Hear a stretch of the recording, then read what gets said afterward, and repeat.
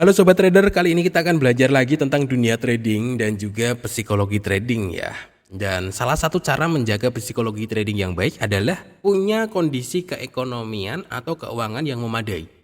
Ini sebuah fakta Sobat. Dan ini fakta juga, ini sebagai alasan juga kenapa trader dari kelas menengah ke bawah itu kebanyakan gagal. Kita akan bahas lengkapnya teman-teman pada kesempatan kali ini.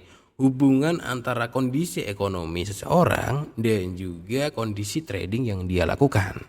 Kita akan bahas lengkapnya setelah promo yang satu ini ya, biasalah. Untuk teman-teman semuanya yang mau trading forex, jangan lupa sama broker XM ya teman-teman, salah satu broker forex terbaik di dunia. Dan di sini ada program yang sangat menarik, yakni bonus deposit 50% hingga $500 atau 20% hingga $4.500. Jadi teman-teman yang mau deposit di broker XM itu bisa mendapatkan bonus tersebut sebagai equity trading teman-teman semuanya. Nah, untuk informasi selengkapnya teman-teman bisa cek aja link yang ada di deskripsi video ini. Jadi ada beberapa faktor kenapa trader yang baru mulai dan dari kalangan masyarakat kelas menengah ke bawah kebanyakan gagal. Saya di sini juga bukan orang kaya, jadi saya belajar dari pengalaman saya juga sobat trader ya. Jadi mungkin untuk sobat trader semuanya yang mohon maaf nih, setelah saya lihat di channel ini kan banyak yang suka gratisan. Ya, yang suka gratisan, no deposit bonus itu kan banyak. Artinya apa? Artinya memang trader-trader yang nonton di channel ini memang mohon maaf ya bukan orang-orang kaya yang punya miliaran, bukan. Ini faktanya. Jadi saya buat video ini. Penyebab-penyebab kenapa trader dari kelas menengah ke bawah itu kebanyakan gagal. Yang pertama penyebabnya ada di sini dulu. Yang pertama nih, modal atau deposit terlalu kecil. Karena memang duitnya nggak ada ya kan, duitnya nggak ada, duitnya nggak banyak, akhirnya bahkan orang-orang dari trader kelas menengah ke bawah ini duit gajian buat deposit. Hari ini gajian, deposit dulu siapa tahu 2-3 hari profit nanti di withdraw kayak gitu. Ada banyak kejadian yang seperti ini. Jadi ini masalah pertamanya ada di sini, boro-boro mau modal gede gitu, modal aja duit gajian, duit setoran gitu, itu bahaya banget. Faktor pertamanya ada di sini, modal atau deposit terlalu kecil. Modal yang terlalu kecil ini dampak negatifnya banyak banget loh. Pertama, trading itu kurang serius, kurang hati-hati, terkesan receh. Receh banget. Misalkan saja ada orang trading modal 1 juta dan modal 100 juta. Ada 2 orang nih. Anda sendiri aja deh, Anda pakai modal 1 juta dan pakai modal 100 juta. Gimana cara memperlakukan akun trading itu akan beda jauh.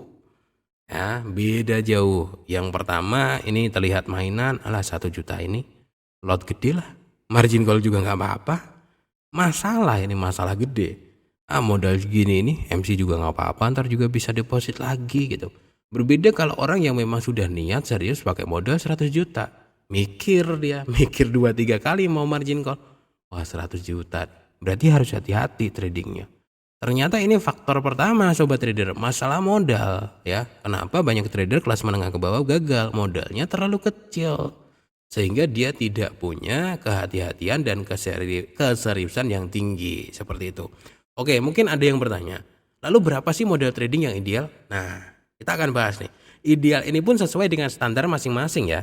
Jadi intinya modal ideal adalah modal yang Anda tidak mau, tidak siap dan tidak ingin kehilangan modal tersebut. Sekarang saya tanya, apakah Anda siap kehilangan 1 juta? Oh siap 1 juta, berarti belum ideal. Apakah Anda kehilangan 10 juta siap? Agak takut sih, tapi masih aman lah kalau kehilangan 10 juta. Saya tanya lagi, apakah Anda siap kehilangan 50 juta? Wah, nggak mau lah. Kalau gua punya 50 juta, nggak mau gua kehilangan. Itu ideal, bro. Ketika Anda misalkan sudah nggak berani benar untuk kehilangan uang tersebut, itu ideal.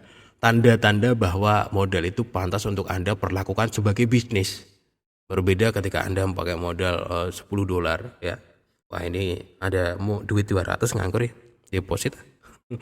Ya jelas ini nggak ideal karena jatuhnya gambling lagi gitu. Dan banyak trader dari kelas menengah ke bawah itu jatuhnya gambling, bro. Banyak. Dan bahkan pencari NDB, pencari gratisan itu gambling semua. Makanya kenapa video-video ataupun konten-konten NDB di channel ini saya stop, kenapa? Karena saya rasa ini menjerumuskan orang, bahkan ya semakin terjerumus gitu. Karena kerjaannya nyari NDB ya. Ya nyari NDB lah gitu. Ini kan NDB ini kan yang dicari kan kelas menengah ke bawah semuanya. Ini dapat nih NDB $50, full lot full margin, siapa tahu dapat banyak, hilang juga biarin nggak pakai modal. NDB itu jadi orang gambling semua, dan ini kelas menengah ke bawah semua yang kena. Jadi ini masalah pertama nih, masalah modal. Nah, kita masuk ke masalah kedua sobat trader. Kenapa kelas menengah ke bawah susah untuk sukses dalam trading? Karena kebutuhan sehari-hari masih belum cukup. Jadi seringkali kebutuhan sehari-hari mengganggu uang dalam trading. Ya gimana gitu kalau misalkan cadangan uangnya nggak cukup, ya kan? Ada uang yang lagi diputar di trading, akhirnya kan diganggu-ganggu. Dan ini penyebab kegagalan juga dari faktor psikologi gitu. Oh iya ya, punya modal $2.000. Oke lah, $2.000 udah sedikit, agak lumayan dikit ya. Masukinlah ke dalam akun trading. Tapi sehari-harinya nggak ada cadangan. Akhirnya apa? Akhirnya terpressure juga. Wah, hari ini belum profit nih, padahal butuh duit nih buat beli apa gitu. Padahal hari ini butuh duit 500.000 nih. Aduh gimana ya, trading ada $2.000. Akhirnya maksain nyari profit. Jadi kebutuhan sehari-hari itu sangat mempengaruhi kondisi trading. Kondisi trading yang benar adalah akun trading kita itu nggak ada hubungannya sama kebutuhan kita sehari-hari sobat trader. Kalau bisa nggak ada hubungannya. Misalkan ya sebulan, 2 bulan, 3 bulan, atau 6 bulan ke depan keuangan kalian aman, kebutuhan kalian sehari-hari aman. Jadi trading kalian nggak diganggu-ganggu gitu. Nggak ada hubungannya. Misalkan hari ini harus bayar utang terus gangguin, tradingnya harus di full lot dulu. Itu namanya ya. Inilah salah satu kekurangan kenapa kelas menengah ke bawah susah untuk sukses dalam trading seperti itu. Nah, yang ketiga sobat trader, kelas menengah ke bawah ini ya, ini cenderung mentalnya nggak kuat ya. Untuk tingkat eksperimennya, untuk tingkat keberanian uji cobanya itu nggak terlalu berani. Karena ya modalnya mepet tadi gitu. Beda dengan orang-orang yang kaya, mereka berani uji coba bahkan pakai akun real ya. Mungkin ini agak sedikit bodoh, tapi dari segi mental ya memang mereka berani karena punya privilege gitu, punya uang yang cukup banyak. Padahal kan uji coba sebenarnya bisa pakai akun demo dulu kalau teknik ya, tapi kalau psikologi memang harus pakai akun real.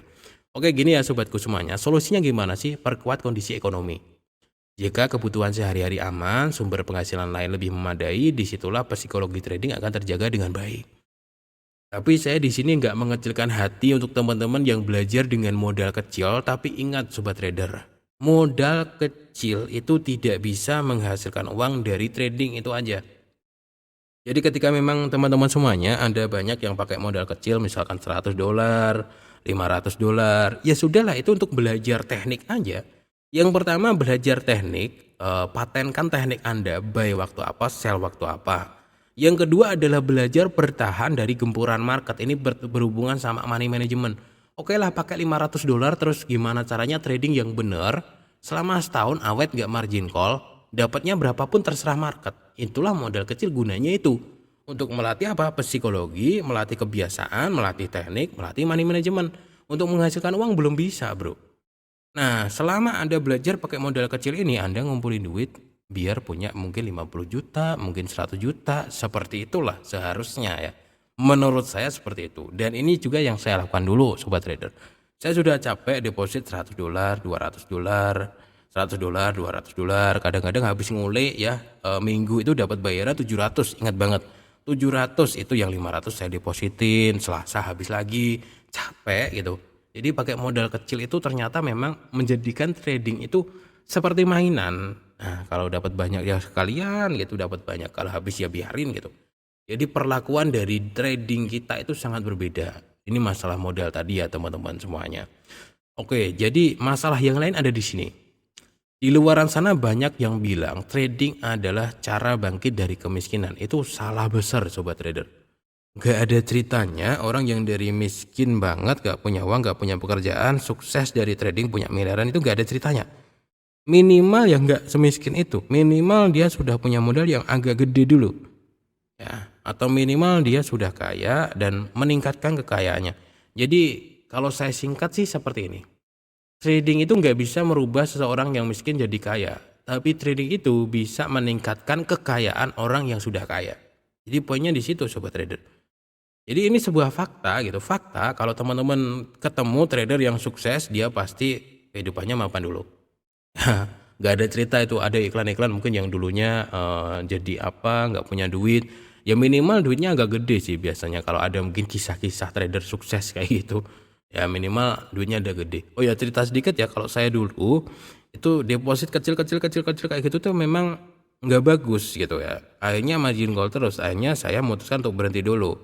Dan kebetulan memang waktu itu saya punya privilege ya, beberapa bisnis saya blog ya. Blog itu lagi rame-ramenya, dari website itu rame-ramenya, jadi bisa modal sekitar 30-40 juta.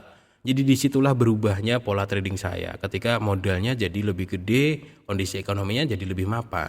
Sebelum itu waktu jadi kuli teman-teman, penghasilannya per harinya 100.000 ya, jadi kuli bangunan itu 100.000 kayak gitu, maksain trading itu amburadul, cuma buang-buang duit. Nah setelah kondisi ekonominya agak mapan, ternyata psikologinya lebih tenang, ini fakta. Jadi mungkin sobat trader semuanya bisa mapankan dulu kondisi ekonominya. Kondisi ekonominya mapan, kemudian punya modal yang gak gede, baru trading. Sampai sini biasanya ada yang ngeyel, kalau mapan mah gak usah trading, ya terserah gitu. Saya mau bilang fakta-faktanya aja gitu ya. Gak ada ceritanya gak punya duit sama sekali terus jadi kaya raya dari trading, itu gak ada ceritanya. Ya mungkin ada sih, 1-2, tapi mungkin itu karena hoki aja gitu. Oke, sekian ya sobat trader semuanya, salam sukses.